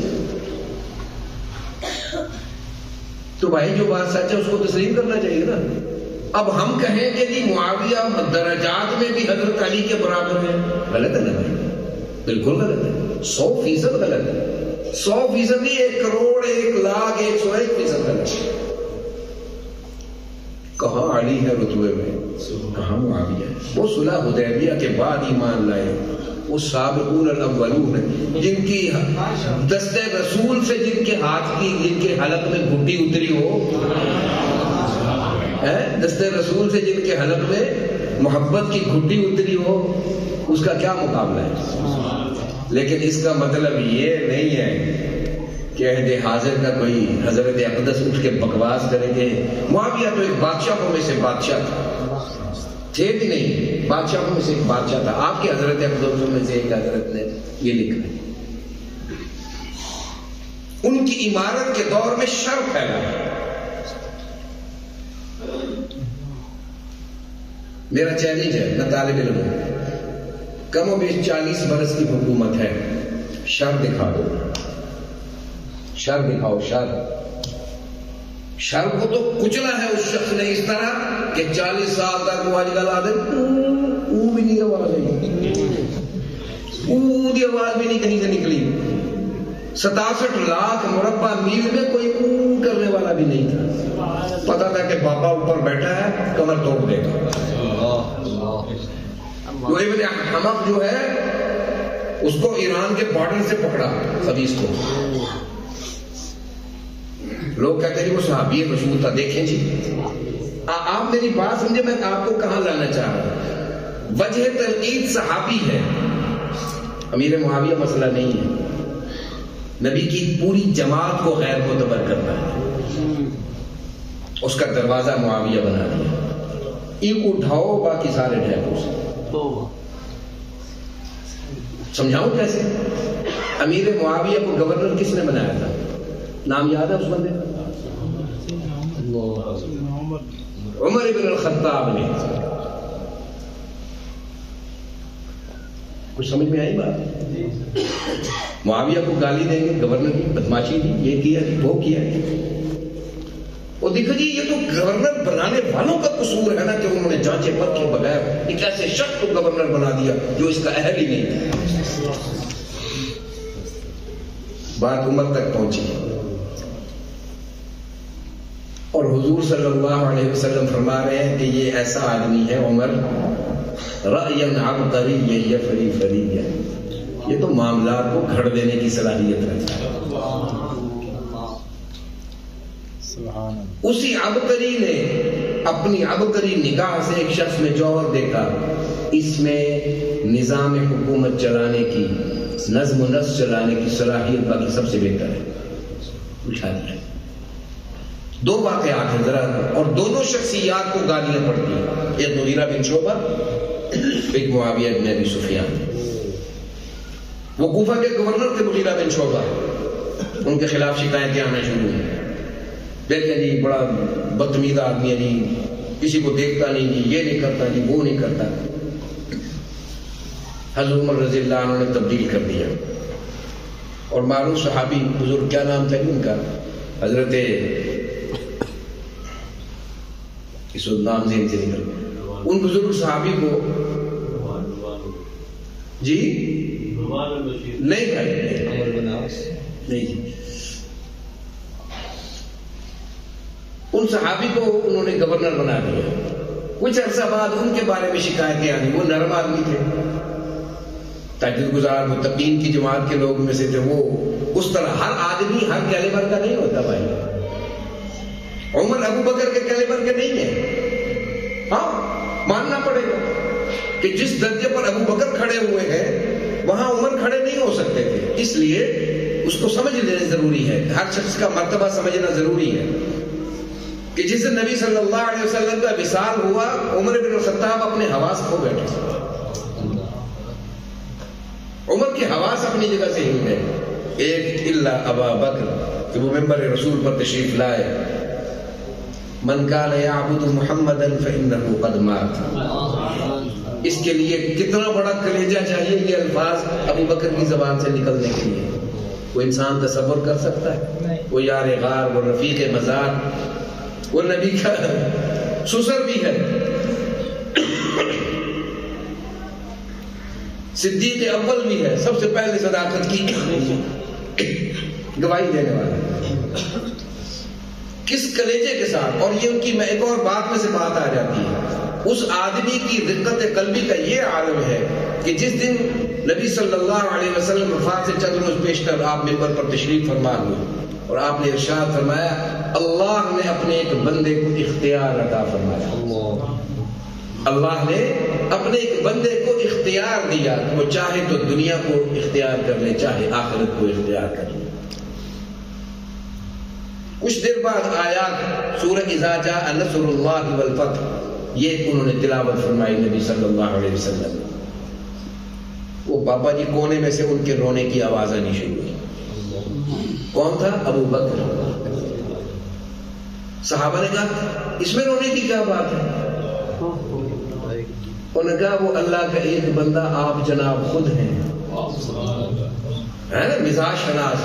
اور یہ جو اذا جاء نصر اللہ والفتح یہ صورت آئی ہے، اس سے مراد یہ ہے کہ حضرت اب آپ تیاری کیجیے، اب آپ دنیا میں نہیں رہنے والے. مزاج شناس وحی اور مزاج شناس نبوت، یہ اس کا دل اتنا نرم ہے کہ وہ یہ صورت سن کر پھڑک گیا، او دن قریب آ گئے میرے، میں اپنے یار سے بچھڑنے والا، میں اپنے آقا سے بچھڑنے والا. لیکن من کان یعبد محمدا فانہ قد مات، من کان یعبد اللہ فانہ حی لا یموت. یہ کلمات کہتے ہیں حضرت عمر فرماتے ہیں مجھے اس دن ابو بکر سمجھ میں آیا کہ یہ کیا بلا ہے، کتنا حوصلہ ہے، کتنا ظرف ہے. اس عمر ابن الخطاب کا انتخاب ہے معاویہ ابن ابی سفیان، انہوں نے شام کا گورنر مقرر کیا. اور اسی طرح حضرت مغیرہ بن شعبہ کو بھی مقرر کیا کوفہ کا گورنر. ان کے بارے میں شکایت آئی، انہوں نے تبدیل کر دی، دوسرے گورنر بزرگ کو بھیج دیا صحابی کو. پھر ان کے بارے میں شکایتیں کس نے کی؟ وہ لوگ جو صحیح تھے وہ کہتے تھے کہ حضرت بابا جی بہت نیک آدمی ہے، بہت رحم دل آدمی ہے، فتنہ کر یہاں فساد مچاتے پھر رہے ہیں. وہ حضرت امیر المومنین کسی تگڑے بندے کو بھیجیے جو ان کی لگام ڈال سکے. حضرت عمر نے پھر ان کو واپس، ہاں حضرت ابو موسیٰ اشعری رضی اللہ تعالیٰ نام یاد آ گیا، بڑے جلیل القدر بہت اونچے درجے کے صحابہ میں سے، ان کو گورنر بنایا تھا. مغیرہ بن شعبہ کو ہٹا کر ابو موسیٰ اشعری رضی اللہ عنہ کو گورنر بنایا، واپس بلا لیا. پھر مغیرہ بن شعبہ کو بھیج دیا. تکلیف بڑی ہوئی، آ گیا پھر بل چاہ کے ڈنڈ کا سارے کٹے تھی، سب سیدھا کر دیا. 2 مہینوں میں حالات ٹھیک ہو گئے. معاویہ بن ابی سفیان کو اس لیے بھیجا کہ شام مرکز تھا عیسائیت، یہودیت اور مجوسیوں کی گزرگاہ تھی. یہ ملک ایرانیوں کا عمل دخل، شامیوں میں عیسائیوں کا، رومیوں کا عمل دخل، یہودیوں کا عمل دخل اتنا زیادہ ہے. تجارتی راستے، ان کے معبد، ان کے گرجا، یہ سب موجود تھے شام میں. یہ معاویہ بن ابی سفیان تھا جس نے جا کر سب کو ان کے کھونٹے سے باندھا، اس سے آگے مت آؤ، یہ تمہاری حدود ہیں، یہ نہیں ہو سکتا، یہ نہیں ہوگا، یہ نہیں ہوگا، یہ نہیں ہوگا. اور کتابوں میں آپ کی مورخین نے پتہ کیا لکھا ہے؟ اپنی عیاشی کے لیے نظام ایسا قائم کر دیا تھا، لفظ ہے اپنی عیاشی کے لیے نظام ایسا قائم کر دیا تھا کہ کوئی بھول نہیں سکتا تھا، اختلاف رائے نہیں کر سکتا تھا. اختلاف رائے کون نہیں کر سکتا تھا؟ کسی یہودی کو اجازت نہیں تھی، کسی عیسائی کو اجازت نہیں تھی. کسی مجوسی خبیث سوائی کو اجازت نہیں تھی کہ وہ امور مملکت میں آ کر بکواس کرے. مسلمان تو جاتے تھے، صحابہ کھڑے ہو جاتے تھے، امیر المومنین یہ ہو گیا، یہ ہو گیا، یہ ٹھیک کریں، یہ ٹھیک کریں. وہ خاموشی سے سنتے، ادب سے سنتے کہ صحابی رسول ہے، میرا کوئی صحابی بھائی ہے، میں اس کی بات نہیں سنوں گا تو اللہ ناراض ہو، اللہ کے رسول ناراض ہو. فوری اصلاح کی کوشش ہوتی. اس معاویہ بن سفیان پر اعتراض، وہ جی ایک ظالم آدمی نے دوسرے ظالم کو مسلط سے نوازا، عمر کو گالی ہو. اور یہ پھر معاویہ بن ابی سفیان، اچھا پھر اس کے ہاتھ پر تو حضرت حسن نے بیعت کر لی تھی. وہ سازش کے تحت انہوں نے بیعت کروائی. بابا حسن صحیح علی دا پتر ہاں، وہ تو آلے اللہ تو تا کوئی رہا، انگوٹھے تو بلا گیا، میں مٹو چوری کہاں سے وہ کوئی نہ، یہ دوسرا ہو. حسن نبی کی پیشگوئی کا مصداق، یہ کیسے ممکن ہے؟ اس کا تدبر، اس کا فہم، اس کا شعور، یہ سارے 1400 صدیوں کے 1400 برس کے سارے مولوی اکٹھے ہو جائیں، حسین حسن ابن علی کی جوتی کے لوگ برابر نہیں ہیں. سارا علم تدبر سب فارغ، علم حسن کے سامنے ختم، کچھ نہیں ہو سکتا. وہ جا کر بیعت کرتا ہے تو انہوں نے اسی حسن کو پتہ کیا کہا؟ یا مذلل المؤمنین، او مومنوں کو ذلیل کر دینے والے، تو نے کیا کیا؟ تو نے اپنے باپ کے دشمن سے، اپنے باپ کے دشمن سے، اپنے باپ کے دشمن سے صلح کر لی. تو حضرت حسن کا بڑا مان کا دلہارا جواب ہے، فرمایا میں نے کسی دشمن سے صلح نہیں کی، میں نے کسی دشمن سے صلح نہیں کی، میں نے ایک مسلمان شخص کے ساتھ اپنا تعلق بحال کیا جو اللہ کے رسول صلی اللہ علیہ وسلم کا معتمد رہا. میں نے اس کے ساتھ یہ تعلق بحال کیا، اور میں یہ چاہتا ہوں کہ امت میں اب مزید خون ریزی نہ ہو. جو ہو چکا اس کا سد باب نہیں ہو سکتا، اس کا ازالہ نہیں ہو سکتا، لیکن اب میرے اختیار میں ہے، اللہ نے مجھے اختیار دیا کہ میں اس خون ریزی کو روک دوں، سو میں روکتا ہوں. یہ تھا تدبر حسن. سیدنا حسن کی وفات ہوئی تو کہا گیا کہ ان کو معاویہ نے زہر دے کے مروایا. الزام یہ ہے نا جی، لگانا ہے. اس شخصیت کو بخشنا نہیں ہے. اگر بخش دیا تو وہ ساری داستان جو عمر بن الخطاب، پھر عثمان غنی، پھر علی مرتضیٰ، پھر وہ غزوہ خندق والی عمار بن یاسر کی حدیث، وہ ساروں کو جوڑ کر جو ایک داستان کھڑی کی گئی تھی معاویہ کے مقابلے میں، اس کو خراب کرنے کے لیے وہ داستان ختم ہو جاتی ہے، مٹ جاتی ہے. میں نے آپ کو ضمناً آپ کو ذرا ادھر ادھر کی سیر کرا دی. میں نے آپ سے کہا تھا کہ 3 پیشگوئیاں ہیں خلفائے راشدین کی. اگر ایمانداری کی بات ہے تو چوتھی پیشگوئی امیر معاویہ کی ہے. ہاں جی، کسی کو تکلیف ہے تو بھائی ہوتی رہے، ہمیں تمہارا قصور نہیں ہے. نبی نے کہا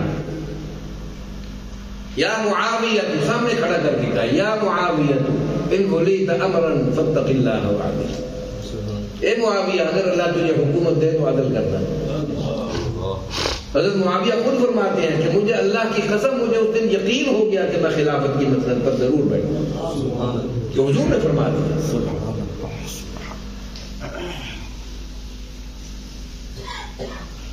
اور آپ کے بہت سارے علماء فرماتے ہیں، میں نام نہیں لیتا، پھر وہ آپ ناراض ہو جاتے ہیں کیونکہ آپ نے تقدس مآبی کی یارانے لگائے ہوئے، ہمارا نہیں ہے تعلق، ہم تقدس مآبی. میں اکثر آدھا میرے ناراض تھی میں کہ اللہ میں تقدس جو ہے ملک القدوس اللہ کی ذات ہے، جو سارا کچھ نیچے اگر کچھ ہے تو وہ اسی کے تقدس اسی کا ہے اصل میں. اور حضرت اقدس اگر کوئی کائنات میں ہے تو صرف محمد صلی اللہ علیہ وسلم. ہوں تسا اتنے حضرت اقدس بنا چھوڑن زمین دے اتنے کہ اللہ نے اپنا تقدس سے بچا بھی دے واپس. انہوں نے کہ اتنے سارے ڈھیر سارے تلے. یہ بھائی صاحب میرا اعلان پہ فرمیدے نال میں کو دامت برکات بولا لیا، میں وہ چڑھیا ہوتا ہے، یہ لفظ کو چڑھیا ہوتا ہے. اتنے دامت برکات ملا لیا تھی کہ اللہ نے زمین تو برکت ہی چاہ دی کہ ڈھیر سارے تو تلے ہوتے میری برکت ہی ہو.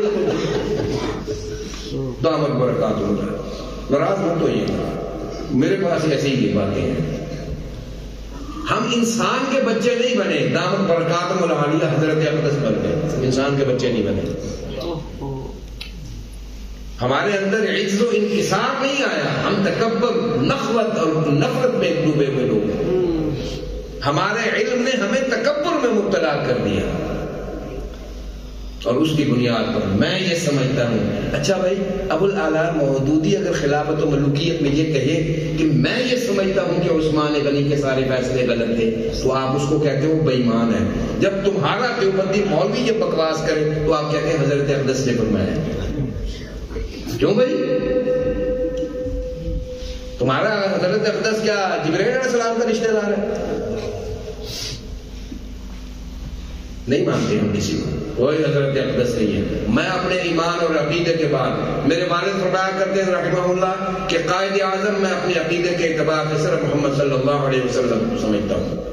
میں اپنے باپ کی اتباع کرتے ہوئے یہ کہتا ہوں کہ میں حضرت اقدس صرف محمد صلی اللہ علیہ وسلم کو سمجھتا ہوں.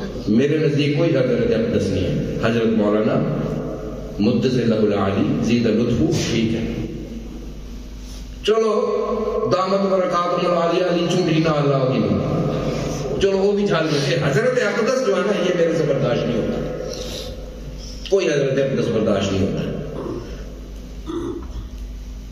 کیونکہ ہمیں تعلیم ہی نہیں ملی الحمدللہ. وہ میرے ابے کے سامنے میں قرآن کی منزل پڑھ رہا تھا، میرے ابے کے بعد ایک مولوی صاحب ہے، اسی یہ تو اللہ صاحب زیادہ ہے. میرے ابے نے کہا یہ صاحب زیادہ از قسم حرام زیادہ ہمارے ہاں نہیں ہوتا، میرا بیٹا ہے. اب پتہ ہے کتنے صاحبزادے ہیں آپ تو گنتے گنتے تھک جائیں گے، اتنے صاحبزادے ہیں ہمارے ملک میں. میں پاس بیٹھا ہوا تھا، وہ نیند آج میں نہیں کرے گی، ہمت نہیں تھی کہ صاحبزادہ. اب میرے آگے صاحبزادہ از قسم حرام زیادہ ہمارے یہاں نہیں ہوتا. بھائی میرا بڑا بیٹا ہے، محمد معاویہ نام ہے، قرآن پڑھ رہا، منزل سنا رہا ہے، بات ختم. ہم سیدھے ہو گئے، اللہ کے فضل و کرم سے اللہ نے ٹھیک کر دیا، طبیعت صاف ہو گئی. اس لیے صحابہ کے مقابلے میں میری بات یاد رکھ لیجئے، فقیر کی یہ بات ہے، صحابہ کے مقابلے میں اس روئے زمین میں کوئی مقدس نہیں، کوئی اکابر نہیں. تمہیں بات کہتے تم کہتے ہو ہمارے اکابر کی توہین کہہ دی، میں کہتا ہوں اکبر الاکابر صحابہ ہیں. تم ان کے خلاف بھونکتے ہو، ہم تمہیں کیسے معاف کر دیں؟ نہیں معاف کر سکتے. صحابہ کے مقابلے میں تمہیں معاف نہیں کیا جا سکتا. کوئی ہو، whatever you are, wherever you are، کہاں بھی ہو تم، ہو جاؤ، کچھ بھی ہو تم جتنے اونچے عالم ہو، تم کسی صحابی کی پیشاب کی چھینٹ برابر نہیں. کیا تمہاری حیثیت؟ ای شیء، تمہارے لیے قرآن میں کیا آیا، حدیث میں کیا آیا؟ ایک عبارت لیے پھر العلماء ورثۃ الانبیاء. او ہاں بھائی ٹھہر جا، اس وراثت کے لیے گردنیں کٹانی پڑتی ہیں، پھر وراثت ہے. تم نے کیا کٹایا ہے؟ تم نے تو آگا پیچھا بڑھایا ہے، 4.5 فٹ آگے 3.5 فٹ پیچھے. گاڑی میں بیٹھنا ہو، 2 بندے تشریف کے اوپر ہاتھ رکھ کر آپ کو گاڑی میں دھکیلتے ہیں. استنجا کے لیے 2 آدمی لوٹا لے کے کھڑے ہیں. جوتا پہنانے کے لیے 2 خدام چاہیے.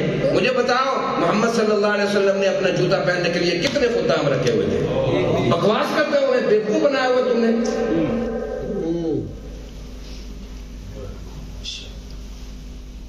پاگل نہ بناؤ. ہمارے پاس میٹھی مٹھائی نہیں ہے بھائی، ہم مٹھائی کی دکان نہیں بیچتے. ہمارے پاس زہر ہے، تیزاب ہے، پینا ہے تو پی لو. ہم نے پیا الحمدللہ، آج تک پیا اور چل رہے ہیں، جلتے ہیں الحمدللہ. اسی محبت کے تیزاب نے ہمیں زندہ رکھا ہوا ہے. سبحان اللہ. یہ امرت نہیں ہے، یہ تیزاب ہے. پی کے دیکھو، سمجھ میں آ جائے گی. 4 دن میں وہی ٹھکانے میں آ جائیں گے. کیا کہ دیکھو کسی مولوی کو، کیا کہ دیکھو کہ صحابہ کی شخصیت پر کمپرومائز مت کرو. تم کسی کے مرید ہو، ہوتے رہو. تم کسی کے عقیدت مند ہو، ہوتے رہو. لیکن اگر تمہارا حضرت اقدس صحابہ کے بارے میں عقیدہ چی کرتا ہے، اس کو کہو حضرت جی گھر میں رہو. ہم قرآن کے ساتھ ہیں، ہم حدیث کے ساتھ ہیں. وہ جی حضرت ہمارے اکابر علماء نے قرآن حدیث نہیں پڑھا تھا، آپ نے زیادہ پڑھا ہے. آپ کے اکابر نے قرآن و حدیث پڑھا، یقیناً پڑھا، ہمیں پتہ پڑھا ہے، لیکن وہ ڈنڈی مار رہے ہیں، ڈنڈی مار رہے ہیں۔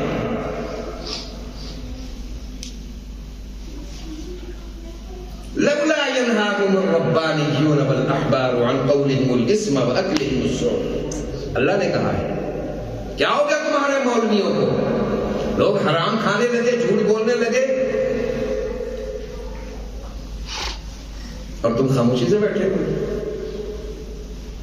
مذہب کو روٹی بنا لیا ہے، دین روٹی بن گیا میرے بھائی، دین کو بیچ کر دین فروش ہیں ہم نے صحابہ کا نام بھی بیچنا شروع کیا، رسول کا نام تو بیچ ہی رہے تھے، ہم نے قرآن بیچ دیا، پڑھتے نہیں ہیں، پڑھاتے نہیں ہیں، بیچتے ہیں۔ یاد رکھو قرآن مجید میں اللہ نے کہا ہے یہ میرا نبی جو ہے نا یہ تمہارے خلاف مقدمہ دائر کرے گا اس قرآن کے ساتھ، مدعی محمد، عدالت اللہ کی، مظلوم قرآن۔ قرآن میں کیا ہے؟ صحابہ کے فضائل ہیں، تم ان کو بکواس کرتے ہو تو نبی مقدمہ دائر نہ کرے۔ وقال الرسول یا رب ان قوم اتخذوا هذا القرآن مہجورا، اور کہیں گے رسول اے رب یہ ہے میری قوم جس نے اس قرآن کو بلا دیا۔ تو نے قرآن میں کہا رضی اللہ عنہم ورضوا عنہ، تو نے کہا وَكُلًّا وَعَدَ اللَّهُ الْحُسْنَى۔ امیر معاویہ کا ایمان مشکوک تھا، وہ ڈر سے ایمان لائے۔ ابو سفیان کا ایمان ٹھیک نہیں تھا، تیرے ابے کا ایمان ٹھیک ہے؟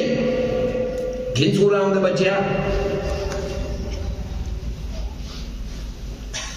150 سال پہلے تیرے دادے پردادے نے اسلام قبول کیا، تو معتبر ہو گیا، وہ محمد صلی اللہ علیہ وسلم کے سامنے ایمان لائے، اللہ نے ان کے ایمان کی گواہی دی، تمہیں ان کا ایمان قبول نہیں، بکواس کرتے ہو، جھوٹ بولتے ہو اور لوگوں کو گمراہ کرتے ہو۔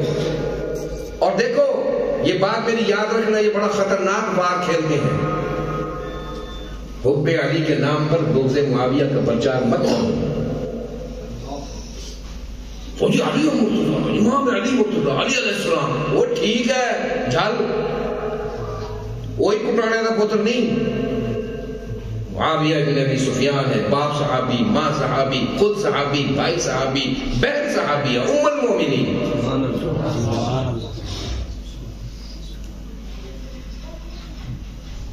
اور جس کی نسبت حضور سے خاندان میں ہو جائے وہ جہنم میں نہیں جا سکتا، اور وہ حالت ایمان میں بھی شخص ہو، وہ شخص خود ایمان والا ہو، اس کی رضاعت اور اس کی رشتہ داری نبی کے ساتھ، نبی کے خانوادے کے ساتھ ہو جائے۔ عمر بن الخطاب نے سیدہ فاطمہ کی صاحبزادی سیدہ ام کلثوم سے نکاح کرنے کے لیے کیا لیا، معاذ اللہ ثم معاذ اللہ جنسی خواہش کے لیے؟ ایک ہی درخواست کی، حضرت علی کی خدمت میں خود گئے، ہاتھ جوڑ کے کہا علی میں تیرے آپ کی بیٹی کا رشتہ چاہتا ہوں، صرف اس لیے کہ مجھے نسبت رسول مل جائے، خاندان رسول سے نسبت چاہتا ہوں۔ حضرت علی نے انکار کر دیا، اور میں نہیں دیتا، اپنی تیری عمر زیادہ ہے، میری بیٹی کی عمر کم ہے۔ باب عمر سے پتہ کیا کیا؟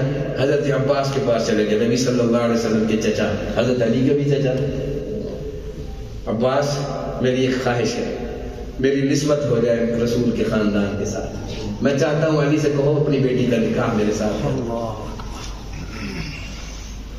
مجھے کسی عورت کی خواہش نہیں ہے، اولاد کی خواہش نہیں ہے، میں نسبت رسول کے لیے نکاح کرنا چاہتا ہوں۔ حضرت عباس آئے، حضرت علی کو مجبور کیا، کہا دو رشتہ، نکاح کرو اس کا، بول نہیں سکے، اچھا کر دیتے تو نکاح کرو۔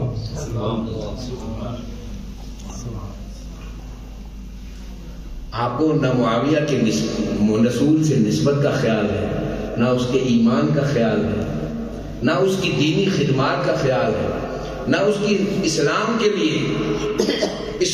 لیے جو اس کی خدمات ہیں، آپ کو اس کا بھی خیال نہیں۔ انہیں بادشاہوں میں سے ایک بادشاہ تھا، یہ آپ کے حضرت اقدس نے لکھا ہے، تھے بھی نہیں، جو ادب کا جملہ تھا وہ معاویہ بن ابی سفیان بادشاہوں میں سے ایک بادشاہ تھے نہیں، وہ بادشاہوں میں سے ایک بادشاہ تھا، یہ میں تیرے کو 8-10 سال چھوٹا ہے، تو سب تو بڑا ہم سے بھائی یہ پیشاب حلق سے نہیں اترتا، یہ تم بھی ہم اپنے آپ کو سگان صحابہ سمجھتے ہیں، ان کے در پر بیٹھا ہوا کتا سمجھتے ہیں اپنے آپ کو، جو بھونکے گا اس کو کاٹ کھائے گا، نہیں چھوڑیں گے، کوئی ہو نہیں چھوڑیں گے۔ جتنی بساط ہے، جتنی قوت ہے، جتنی استعداد ہے، جتنی عزیمت ٹوٹی پھوٹی باقی ہے، انشاءاللہ صحابہ کے لیے نہیں، صحابہ کے لیے کوئی معافی نہیں کسی۔ کوئی میرے باپ کو گالی دے، forget it، میں بھول جاؤں گا، میرے باپ کی کیا ایسی دے، آج تک دیتے ہیں، مجھے گالیاں دیتے ہیں، میرے باپ کو دیتی ہیں۔ ایک حضرت اقدس ابھی حیات، انہوں نے فرمایا یہ ابو ذر بخاری تھا، یزیدی ناسبی، جس نے اس ملک میں فتنہ ناسبیت کی باقاعدہ بنیاد ڈالی اور اپنے بیٹے کا نام معاویہ رکھ کے فخر سے بتاتا پھر پورے پاکستان میں کہ میں نے اپنے بیٹے کا نام معاویہ رکھا۔ یہ کوئی فخر کی بات تھی؟ یہ تو ڈوب مرنے کی بات تھی۔ سید ہو کر، آل رسول ہو کر نام معاویہ رکھا۔ اللہ، یہ آپ کی حضرت اقدس ہیں۔ ہم نے یہ بھی سہا، ہم نے کہا کوئی بات، کوئی مسئلہ بھائی جان، کیا صدر ٹرمپ ہوتا تھا نہیں فون آنا بند کر کے تھوڑی دیر موبائل بند کر کو پتہ نہیں ٹرمپ کا فون کیا ہوا بنے لا کہانی بلا ہے جدو تو مرنے ڈہر نبی صلی اللہ علیہ وسلم کے کسی ایک صحابی، دیکھیے وحشی بن حرب وہ صحابی ہیں جن کے ہاتھوں سیدنا حمزہ کی شہادت ہوئی، نیزہ مارا، بڑے ماہر تھے، بہت ماہر تھے، بہت دور سے نیزہ مار کر کسی آدمی کو گرانے کی صلاحیت رکھتے تھے۔ اسی ابو سفیان نے اس آدمی کو ڈھونڈا، وحشی بن حرب کو، اور کہا میرا ایک کام کر، میں محمد کو تڑپتا ہوا دیکھنا چاہتا ہوں، اس لیے کہ محمد کی جان جو ہے نا صلی اللہ علیہ وسلم، محمد کی جان یہ حمزہ ہے اور یہ بہادر ہے، شیر ہے، یہ گرے گا تو حضور کو بہت دکھ ہوگا اور میں چاہتا ہوں کہ محمد کو دکھ پہنچے۔ اس نے وحشی بن حرب نے تاک کر نیزہ مارا جو ناف کے اوپر لگا اور آر پار ہو گیا۔ حضرت حمزہ او گرانڈنگ شیر تھا، اسد اللہ و اسد رسول، اللہ اور اس کے رسول کا شیر زمین پر گر گیا۔ حملہ اتنا خوفناک تھا۔ وہ وحشی بن حرب ایمان لے آیا۔ اب گالی نکالیے، ہمت کیجیے، اگر ایمان میں رہنا ہے تو ادب کریں گے، دائرہ ایمان میں رہنا ہے تو اپنی زبان کو کسی گلے شکوے کے بغیر اس کو صحابی رسول مان کر مین میخ نکالے کے بغیر آپ کہیں گے رضی اللہ عنہ، اللہ نے کہہ دیا، اللہ نے معاف کر دیا، اللہ کے رسول نے معاف کر دیا، اور معاویہ نے تو ایسا جرم بھی کوئی نہیں کیا، اس کو تو دعائیں ہیں ہادی مہدی، اللہ معاویہ کو ہادی اور مہدی بنا۔ ایک نہیں 9 احادیث ہیں جو روایت دعاؤں میں آتی ہیں، 9 احادیث۔ نبی صلی اللہ علیہ وسلم کے پاس تشریف فرما تھے تو قلم جو تھا نا، قلم وہ سامنے رکھا ہوا تھا۔ حضور نے فرمایا معاویہ قلم کو کان پر لگاؤ، قلم کو کان پر لگاؤ، اس سے بینائی بہتر ہوگی اور حافظہ مضبوط ہوگا۔ اچھا، ہمارے اساتذہ تھے مفتی عبداللہ صاحب رحمۃ اللہ علیہ، ہم ان کو دیکھتے تھے، وہ اکثر کچی پینسل ہوتی تھی تو وہ نشان وہ لگا کر جلدی سے یہ کان پر اڑ سے لیتے تھے۔ ہمیں سمجھ کمال ہے یار، نیچے پڑی ہوئی پینسل اٹھا کے کان میں لگا لیتے۔ جب اس بات کو پڑھا تو پھر سمجھ میں آیا کہ اللہ کا نیک بندہ عالم جو ہوتا ہے نا، وہ نبی کی اتباع کے لیے چھوٹی سی چھوٹی بات کو بھی سمجھتا ہے۔ یہ حضور نے کسی اور کو نہیں فرمایا تھا، معاویہ کو فرمایا، اس کو کان میں لگا، یہاں رکھا، دعائیں دی، اللہ اس کو اس کا حافظہ اچھا کر، اللہ اس کو قوت عطا کر، اللہ اس کو ہادی اور مہدی بنا۔ اور آپ کے علماء مقدسین فرماتے ہیں معاویہ کے حق میں کوئی ایک صحیح حدیث میسر نہیں ہے. ذخیرہ حدیث میں حضرت معاویہ کی شان میں کوئی ایک حدیث صحیح موجود نہیں ہے. صحیح حدیث صحیح ہے میں تو نہیں ہے. کتنے الکبوتر تو والچڑیا دے وچ کہندے وچ لکھیا ہوئے, ویدک وچ لکھیا ہوئے, گیتا بھگوت وچ لکھیا ہوئے, گرو گوبند سنگھ جی کی کتاب وچ لکھیا ہوئے. ظاہر ہے علماء محدثین نے اگر یہ نقل کیا ہے تو ان کے پیش نظر یہ بات ہوگی. وہ پاگل نہیں تھے کہ اگر حضور صلی اللہ علیہ وسلم کی نسبت سے ہم نے کوئی جھوٹی بات لکھی تو اللہ اور اس کے رسول کی, فرشتوں کی ڈائریکٹ لعنت پڑنی ہے ہم پر. ڈائریکٹ لعنت, بیچ میں کوئی بیچ میں رکاوٹ نہیں ہے. حضور نے فرمایا جو میری طرف جھوٹی بات منسوب کرے وہ جہنمی ہے. سرٹیفکیٹ فرام محمد صلی اللہ علیہ وسلم. No doubt about it. He will be in hell in the future. مستقبل میں جہنم میں جائے گا وہ شخص. سوال ہی پتا نہیں ہوتا وہ بن جائے. تو جس نے فضائل معاویہ میں, اچھا میں آپ کو ایک اور حیرت انگیز بات بتاؤں.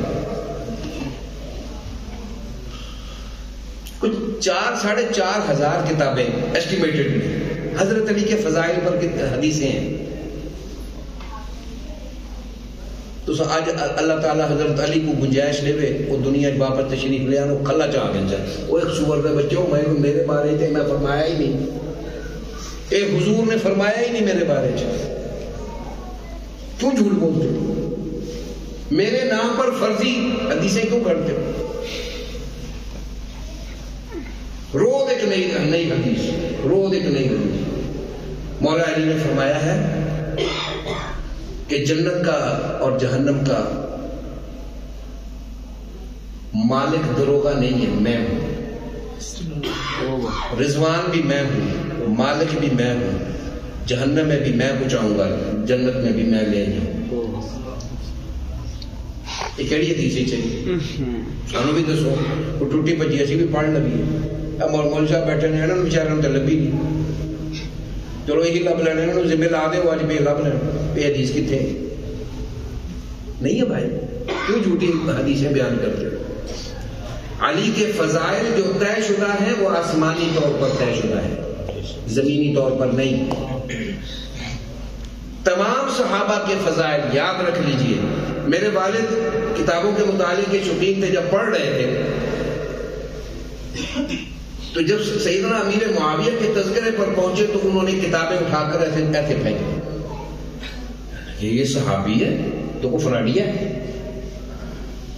تاریخ میں تو یہی لکھا ہے نا بھائی, یہی کو بتایا. اور یہی بات مغیرہ بن شعبہ کے بارے میں. میں ایک واقعہ سنا دوں آپ کو, یاد رکھیں گے. امام زہری رحمۃ اللہ علیہ نے نقل کیا اس کو, اور خوفناک واقعہ ہے. لگتا ہے کسی صحابی کا نہیں, کسی سوتر منڈی کے چالاک بروکر کا واقعہ.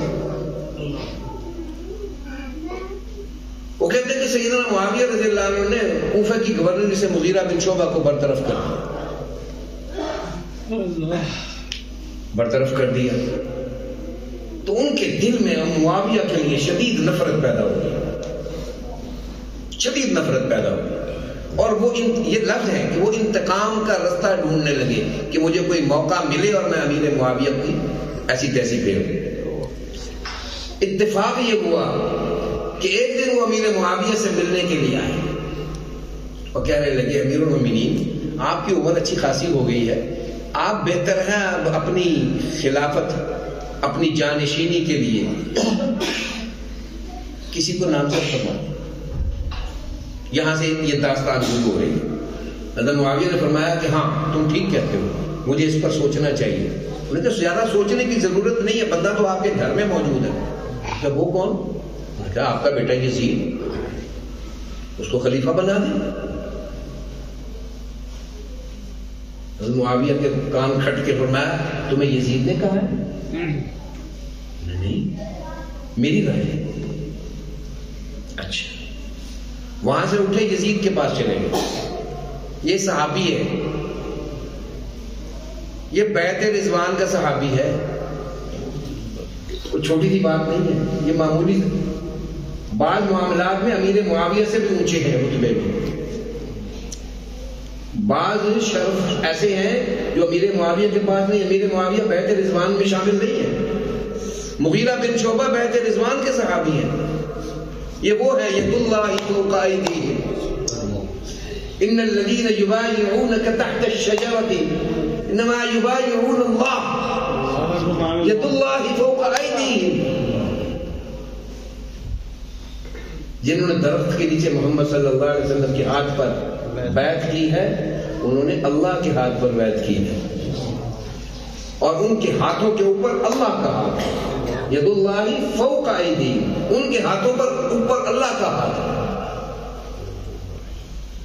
یہ مغیرہ بن شعبہ ہے, اور امام زہری نقل فرما رہے. اب ہم دیکھیں نا, کیا پدی کا شعبہ. اب ہم امام زہری کو کیا کہیں بچائے, ہماری حیثیت ہے نہیں ہے نہیں, وہ بزرگان محدث ہیں, ہم کیا کریں. انہوں نے واقعہ نقل کر دیا. یہ سمجھے بغیر, یہ جانے پر ہم آج یہ کہنے میں ہم بجانب ہے نا کہ امام صاحب کی نیت پر شک نہیں, لیکن انہوں نے اس کو بطور واقعہ تو نقل کر دیا نا. کیا اس میں تضحیق مغیرہ بن شعبہ موجود نہیں ہے, تذلیل مغیرہ بن شعبہ موجود نہیں ہے؟ سن لیجیے.